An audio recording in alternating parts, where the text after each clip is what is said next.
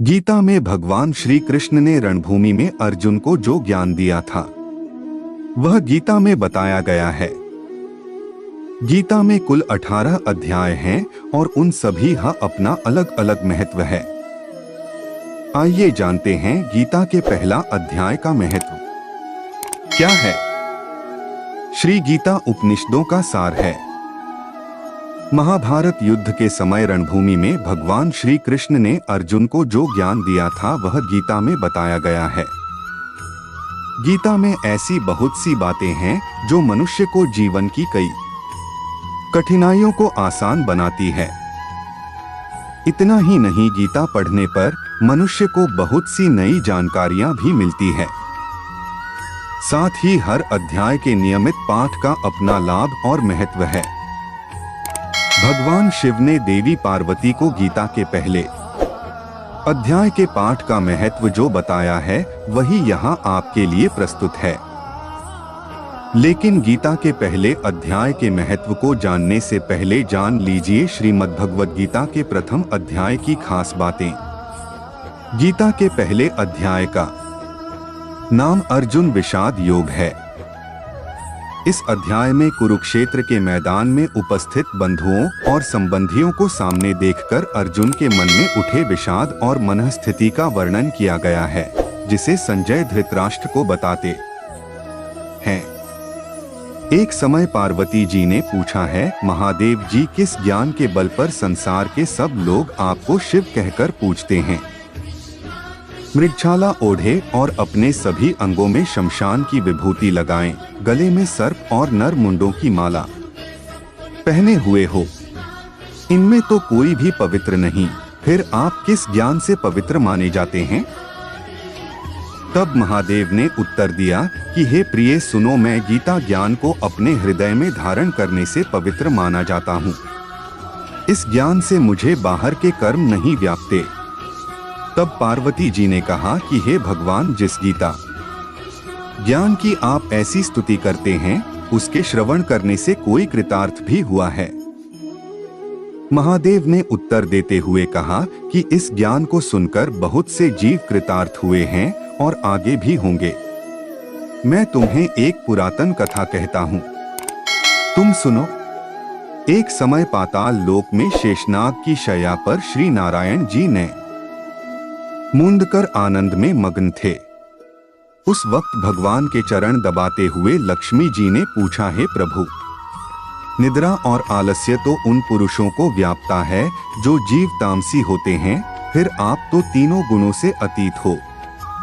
आप तो वासुदेव हो, आप जो नेत्र मूंद रहे हो, इससे मुझके बड़ा आश्चर्य है।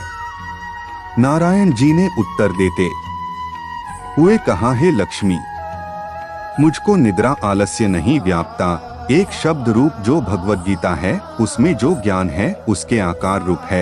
यह गीता शब्द रूप अवतार है। इस गीता में यह अंग है। 5 अध्याय मेरे मुख है, 10 अध्याय मेरी भुजा है, 16वां अध्याय मेरा हृदय और मन और मेरा उदर है, 17वां अध्याय मेरी जंघा है, 18वां अध्याय मेरे चरण हैं। गीता श्लोक ही मेरी नाड़ियां हैं और जो गीता के अक्षर है वो मेरा रोम है।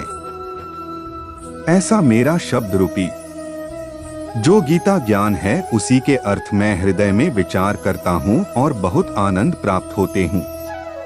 लक्ष्मी जी बोली, हे श्री नारायण जी, जब श्री गीता जी का इतना ज्ञान है तो उसको सुनकर कोई जीव कृतार्थ भी हुआ है, सो मुझसे कहो। तब श्री नारायण ने कहा, हे लक्ष्मी, गीता ज्ञान को सुनकर बहुत से जीव कृतार्थ हुए हैं, सो तुम श्रवण करो। एक व्यक्ति था जो चांडालों के कर्म करता था और तेल नमक का व्यापार करता था। उसने एक बकरी पाली। एक दिन वह बकरी चराने के लिए वन में गया और वृक्ष से पत्ते तोड़ने लगा। वहां उसे एक सांप से डंस लिया, जिससे वह तुरंत मर गया। मरने के बाद उसने बहुत से नरक भोगे और फिर उसका जन्म बैल के रूप में हुआ। उस बैल को एक भिक्षुक ने मोल लिया। वह भिक्षुक उस पर चढ़कर सारे दिन मांगता फिरे जो कुछ भिक्षा मांगकर लाता वह उसे अपने परिवार के साथ मिलकर खाता और वो बैल सारी रात द्वार पर खड़ा रहता। उसके खाने पीने का भी कोई ख्याल नहीं करता था और सुबह होते ही बैल पर चढ़कर फिर मांगने निकल जाता। जब बहुत दिन हो गए तो वह बैल भूख से गिर गया, लेकिन उसके प्राण नहीं निकले। नगर के लोगों ने देखा और उस बैल को कोई तीर्थ का फल दे तो कोई व्रत का फल दे, तब भी उस बैल के प्राण नहीं छूटे। एक दिन गणिका आई, उसने लोगों से पूछा यह कैसी भीड़ है, तो उन्होंने कहा कि इसके प्राण नहीं निकलते, अनेक पुण्यों का फल दे रहे हैं तो भी इसकी मुक्ति नहीं होती।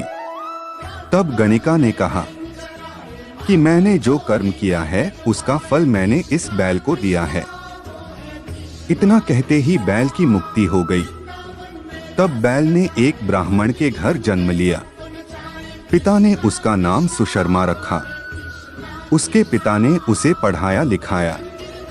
उसको अपने पिछले जन्म की सुध थी।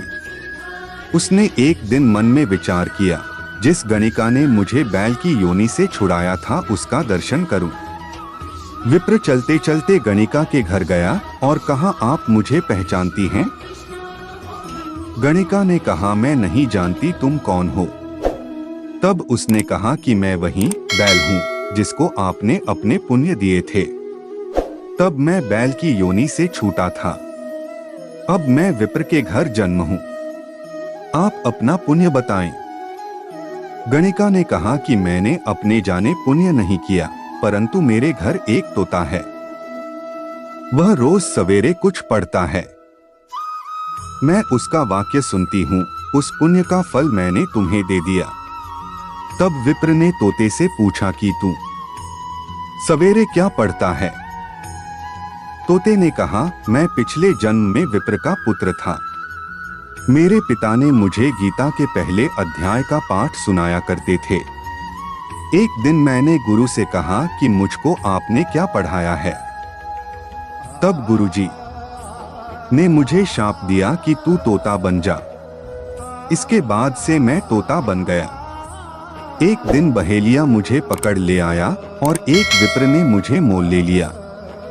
वह विप्र भी अपने पुत्र को गीता का पाठ सिखाता था। तब मैंने भी यह पाठ सीख लिया। उसी दिन विप्र के घर में चोर घुस गए। उन्हें धन तो प्राप्त नहीं हुआ, लेकिन वह मेरा पिंजरा उठा ले आए। उनकी यह गणिका मित्र थी। वह मुझे उसके पास ले आए। सो मैं नित्य प्रात गीता जी के पहले अध्याय का पाठ करत हूँ, जिसे यह गणिका सुनती है, पर इस गणिका को समझ में नहीं आती।